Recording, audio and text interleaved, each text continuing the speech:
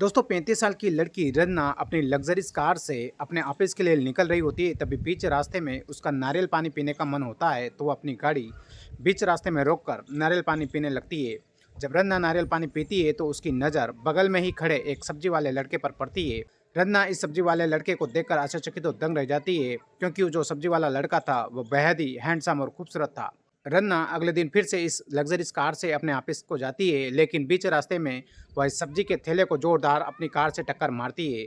जो सब्जी वाला लड़का होता है वह इस जोरदार टक्कर के बाद इस मैडम पर काफ़ी गुस्सा होने लगता है, लेकिन रन्ना इस सब्जी वाले के साथ कुछ ऐसा करती है जिसे देखकर और सुनकर आपके रोंगटे खड़े हो जाएंगे। दोस्तों ये कहानी मध्य प्रदेश के भोपाल शहर में रहने वाली 35 साल की लड़की रन्ना की है। रन्ना की 21 साल की उम्र में शादी हो जाती है। उसकी जो शादी होती है वह एक बिजनेसमैन से होती है। शादी के बाद जो रन्ना होती है वह अपने करोड़पति बिजनेसमैन के घर आकर रहने लगती है, लेकिन शादी के 2 महीने बाद ही उसके पति और उसके सास ससुर किसी काम से बाहर जा रहे होते हैं। तभी बीच रास्ते में अचानक उनका एक्सीडेंट हो जाता है। इस कारण से रन्ना का जो पति होता है और उसके सास ससुर होते हैं उनकी उस एक्सीडेंट में मौत हो जाती है। इसलिए रन्ना अब अकेली पड़ जाती है। अब दोस्तों जो रन्ना होती है वो पैसे से तो काफी धनी होती है, क्योंकि उसके पति की करोड़ों संपत्ति उसके नाम हो जाती है। दोस्तों जो रन्ना होती है वह अपने ऑफिस का काम देखने के लिए एक दिन अपने लग्जरीज कार से जा रही होती है। तभी भोपाल के एक हाईवे पर बीच रास्ते में उसका मन नारियल पानी पीने का होता है, तो वह अपनी गाड़ी रोक देती है और नारियल पानी पीने लगती है। जब रन्ना नारियल पानी पीने लगती है तो उसकी नज़र बगल में एक खड़े सब्जी वाले लड़के पर पड़ती है। जो सब्जी वाला लड़का था वो बेहद ही खूबसूरत और बोल्ड था, इसलिए वह उस पर फिदा हो जाती है और मन ही मन यह सोचती है कि काश इसे अपना पति बना लिया जाए। दोस्तों जो रन्ना होती है वह नारियल पानी पीकर वहां से निकल जाती है और अगले दिन फिर से उसी रास्ते से गुजरती है, लेकिन इस बार रन्ना नारियल पानी नहीं पीती है और अपनी कार से उस सब्जी के ठेले में जोरदार टक्कर मारती है। जब रन्ना की कार से उस ठेले में जोरदार टक्कर लगती है तो सब्जी वाले की सारी सब्जी बिखर जाती है। जो सब्जी वाला लड़का होता है वह इस रन्ना पर भड़कने लगता है और कहता है कि तुम्हें दिखाई नहीं देता है, तुमने अपनी कार से मेरे सारी सब्जियां गिरा दी है। जो रन्ना होती है उसने जानबूझकर इस लड़के के सब्जी के ठेले को टक्कर मारी थी, क्योंकि वह किसी न किसी बहाने से इस लड़के से बातचीत करना चाहती थी, लेकिन लड़का इस बात से अनजान था। रन्ना जो होती है वह इस लड़के को समझाती है और कहती है कि चिंता मत करो, तुम्हारा जितना भी नुकसान हुआ है उसका सारा पैसा मैं तुम्हें दे दूंगी। जो लड़का होता है वो रन्ना से कहता है कि ठीक है, मेरी जो सब्जी का नुकसान हुआ है वो तुम मुझे दे दो, मैं तुमसे कुछ नहीं कहूंगा। रन्ना जो होती है पहले तो उस लड़के से नाम पूछती है कि पहले तो तुम अपना नाम बताओ। जो लड़का होता है वो अपना नाम अंकित बताता है। रन्ना उस अंकित से कहती है कि बताओ तुम्हारी सब्जी कितने रुपए की थी जो तुम्हारा नुकसान हुआ है। लड़का उससे कहता है कि 2,000 रुपये की मेरी सब्जी थी, 2,000 रुपये तुम दे दो तो मेरी जो है भरपाई पूरी हो जाएगी। रन्ना अपनी जेब से 20,000 रुपये निकालती है और उस लड़के को 20,000 रुपये की नोट की गड्डी थमा देती है। लड़का ये 20,000 रुपये पाकर काफ़ी खुश हो जाता है और आश्चर्यचकित भी हो जाता है। वह इस मैडम से कहता है कि मैडम, मेरा नुकसान तो केवल मात्र 2,000 रुपये का हुआ है, लेकिन तुम मुझे 20,000 रुपये क्यों दे रही हो। जो रन्ना होती है वह सब्जी वाले को 20,000 रुपये दे देती है और कहती है कि रख लो, तुम्हारे बाद में काम आएगा। जो सब्जी वाला लड़का होता है वो काफी निर्धन और गरीब होता है, इसलिए वह इस रन्ना के दिए हुए पैसे जो कि 20,000 रुपये होते हैं वो अपनी जेब में रख लेते हैं। तो रन्ना होती है जब भी इस रास्ते से गुजरती है तो उस सब्जी वाले से जरूर मुलाकात करती है। उस रन्ना इस अंकित से अपने परिवार के बारे में पूछती है तो अंकित बताता है कि उसके परिवार में केवल उसके बूढ़े माँ बाप हैं और वह एक कच्ची झोपड़ी में रहता है। रन्ना इस अंकित से कहती है कि मैं तुम्हारे घर एक दिन आना जरूर चाहूंगी, क्या तुम मुझे अपने घर इनवाइट करोगे। जो अंकित होता है उसे भी इस रन्ना से काफ़ी लगाव हो जाता है, क्योंकि रन्ना ने उसकी पैसों से काफ़ी मदद करी थी। अंकित इस रन्ना से कहता है कि मैं तुम्हें अपने घर पाकर काफ़ी खुश होऊंगा। दोस्तों जो रन्ना होती है उसे किसी न किसी तरीके से इस अंकित को अपने जाल में फंसाना होता है। उसे इससे शादी करनी होती है, इसलिए वह जानबूझकर इस अंकित के घर जाती है। जब रन्ना अंकित के घर जाती है तो अंकित उसे अपने घर पाकर काफ़ी खुश हो जाता है, उसकी अच्छे से आवभगत करता है, उसके लिए चाय लेकर आता है।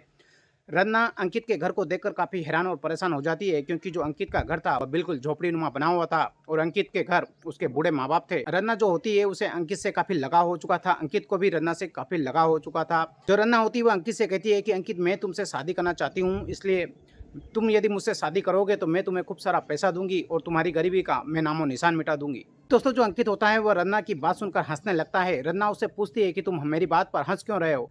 अंकित रन्ना से कहता है कि मैडम, आप तो पैसे वाली है, करोड़पति हैं और मैं तो एक गरीब आदमी हूँ, आप मुझसे शादी कैसे कर सकती हो, आप शायद मेरे साथ मजाक कर रही हो। लेकिन जो रन्ना होती है वो अंकित से कहती है कि अंकित, मैं तुमसे मजाक नहीं कर रही हूँ, मैं सीरियसली तुमसे बात कर रही हूँ और शादी करना चाहती हूँ। अंकित होता है वो रन्ना से कहता है कि मैडम, यदि तुम मुझसे शादी करना चाहती हो तो ये तो मेरे सौभाग्य की बात है, लेकिन मेरी एक शर्त है कि मैं शादी के बाद अपने बूढ़े माँ बाप को नहीं छोड़ूंगा और तुम्हें शादी के बाद मेरे घर आकर रहना पड़ेगा और मेरे बूढ़े माँ बाप की सेवा करनी पड़ेगी। जो रन्ना होती है वह अंकित को किसी भी हालत में पाना चाहती थी, उससे शादी करना चाहती थी, इसलिए वह अंकित से कहती है कि अंकित, मैं शादी के बाद भी तुम्हारे घर आकर रहूंगी और तुम्हारे बूढ़े माँ बाप की सेवा करूंगी। अब दोस्तों दोनों की बात पक्की हो जाती है। रन्ना अंकित को 5 लाख रुपए निकाल कर दे देती है और अंकित से कहती है कि अच्छे से शॉपिंग कर लेना। अंकित जो होता है 5 लाख रुपए लेकर अपनी शादी के लिए तैयारी कर लेता है, अपने लिए कपड़े खरीद लेता है। अब रन्ना और अंकित दोनों ही एक मंदिर में जाकर एक दूसरे के साथ 7 फेरों में बन जाते हैं और शादी कर लेते हैं। शादी के बाद जो रन्ना होती है वह अंकित के इस झोपड़ी में आकर रहने लगती है, लेकिन जो अंकित के बूढ़े माँ बाप थे उन्हें न तो दिखाई देता था न सुनाई देता था। वह अपना खुद का काम ठीक ढंग से नहीं कर पाते थे। उन्हें जब सोच के लिए जाना होता था तो उन्हें दूसरों की ज़रूरत पड़ती थी। अब दोस्तों जो रन्ना होती है, रन्ना को पहले ही अंकित ने बता दिया था कि उसे उसके घर पर रहना पड़ेगा और उसके माँ बाप की सेवा करनी पड़ेगी। तो जो रन्ना होती है शादी के बाद अपने पति अंकित को एक बड़ा बिजनेस खोल देती है। अब जो अंकित होता है वह अपने इस बड़े बिजनेस को देखता है और रन्ना जो होती है वह इस अंकित के बूढ़े माँ बाप को देखती है। समय के साथ जो रन्ना होती है उसको अंकित के माता पिता से नफरत होने लगती है, क्योंकि जो अंकित के माता पिता थे न तो उन्हें सुनाई देता था न उन्हें कुछ दिखाई देता था। वह अपना खुद का काम नहीं कर पाते थे, इसलिए अंकित के बूढ़े माँ बाप का सारा काम इस रन्ना को करना पड़ता था। दोस्तों जो रन्ना होती है वह काफ़ी परेशान हो चुकी होती है। जो अंकित होता है वह अपने बिजनेस को देखने के लिए बाहर गया होता है, तभी रन्ना मौका पाती है और इन बूढ़े माँ बाप को अपनी कार में बिठाती है और अपने कॉलोनी से दूर ले जाकर उनका गला घोंटकर एक कुएं में फेंक आती है। शाम होते ही जब अंकित घर आता है तो अचानक अपने माता पिता को गायब होता हुआ देखता है तो आश्चर्यचकित तो दंग रह जाता है। वह अपनी पत्नी रन्ना से पूछता है कि मेरे जो बूढ़े माँ बाप थे वह दिखाई नहीं दे रहे हैं, कहाँ चले गए हैं। जो रन्ना होती है वह अंकित को बेवकूफ़ बनाती है और कहती है कि उन्हें दिखाई नहीं देता है, शायद कहीं घूमने गए होंगे और रास्ता भटक गए होंगे। तो अंकित होता है वह रन्ना की बातों पर विश्वास कर लेता है, लेकिन 24 घंटे बीतने के बाद भी जब अंकित के बूढ़े माँ बाप घर नहीं लौटते हैं तो अंकित को टेंशन होने लगती है। वह अपनी पत्नी रन्ना को लेकर एक पुलिस थाने पहुंचता है और अपने बूढ़े माँ बाप की खो जाने की कंप्लेन दर्ज करवाता है।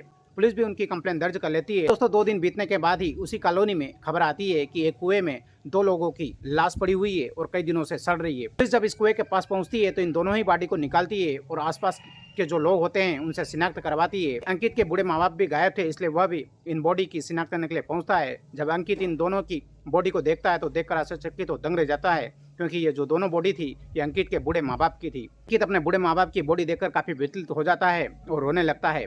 पुलिस होती है इन दोनों की बॉडी को पोस्टमार्टम के लिए पहुंचा देती है और जब पोस्टमार्टम की रिपोर्ट आती है तो पुलिस भी हैरान हो जाती है, क्योंकि पोस्टमार्टम रिपोर्ट में इन दोनों की मौत गला घोंटने से हुई थी, न कि कुएं में गिरने से हुई थी। दोस्तों जो अंकित होता है उसका दिमाग चकरा जाता है। उसे शक होने लगता है कि कहीं न कहीं उसके बूढ़े माँ बाप को किसी न किसी ने जानबूझकर मारा है। अब दोस्तों जो अंकित होता है उसकी दुश्मनी किसी से नहीं होती है, लेकिन उसकी जो शक की सुई होती है वह अपनी पत्नी पर घूमती है, क्योंकि उसकी जो पत्नी रन्ना थी उसे अपने बूढ़े माँ बाप के पहले भी कह चुकी थी कि तुम अपने बूढ़े माँ बाप को छोड़ दो और मेरे साथ आकर रहने लगो। लेकिन जो अंकित था वो अपने बूढ़े माँ बाप को छोड़ना नहीं चाहता था। उसे लगने लगता है कि हो ना हो उसके बूढ़े माँ बाप की हत्या उसकी पत्नी रन्ना ने ही की है।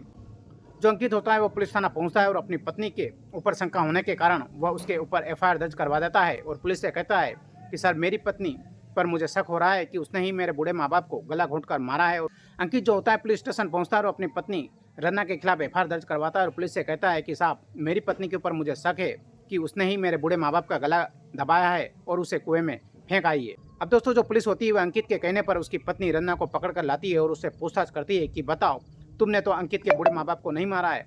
जो रन्ना होती है वह साफ साफ पुलिस से कह देती है कि साहब, ये तो मेरे सास ससुर थे, मैं इनको क्यों मारूंगी और मेरा इसमें क्या फ़ायदा था।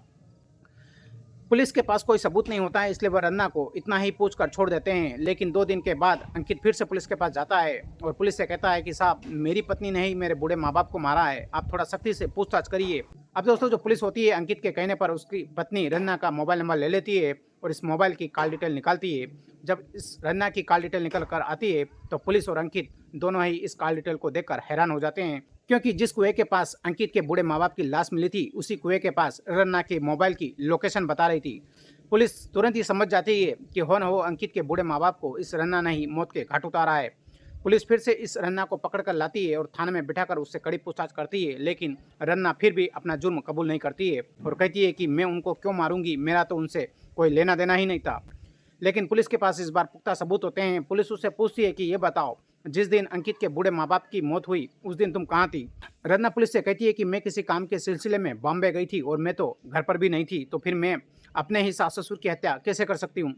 पुलिस का जो शक होता है वह यकीन में बदल जाता है, क्योंकि जो रन्ना होती है वह उस दिन बॉम्बे बता रही थी, लेकिन उसकी जो कॉल डिटेल थी वह इस कुएं के पास बता रही थी। पुलिस इस रन्ना को कस्टडी में लेती है और खूब सारी पिटाई करती है और उससे कहती है कि यदि अंकित के बूढ़े माँ-बाप जिस दिन मरे उस दिन तुम बॉम्बे गई थी, तो फिर इस कुएं के पास तुम्हारा मोबाइल क्या कर रहा था? अब दोस्तों जो रन्ना होती है वह टूट जाती है, सारी सच्चाई सामने आ चुकी होती है, इसलिए वो अपना गुनाह कबूल कर लेती है और पुलिस से कहती है कि हाँ, मैंने ही अंकित के माता-पिता को मौत के घाट उतारा।